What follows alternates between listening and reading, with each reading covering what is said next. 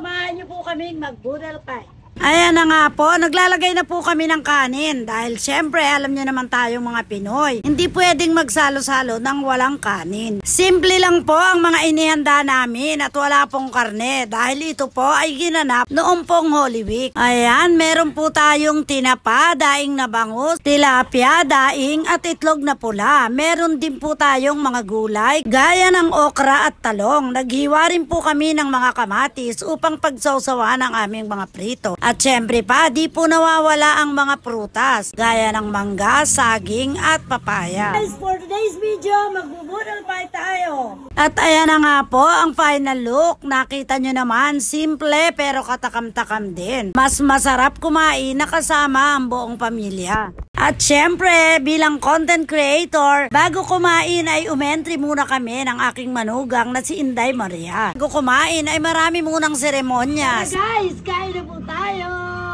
At syempre, bago po kumain ay pinungunahan muna ng aking manugang ang pananalangin para sa biyaya sa aming pagkainan. At pagkatapos nga po ng pananalangin ay ayan, nag-picture muna. At pagkatapos ay ayan na nga, kainan na.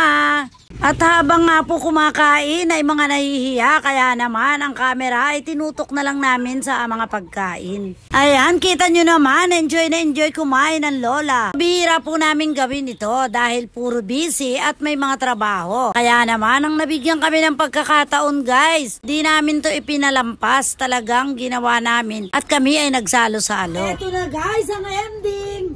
Basta budal pie kahit tinik, ubos.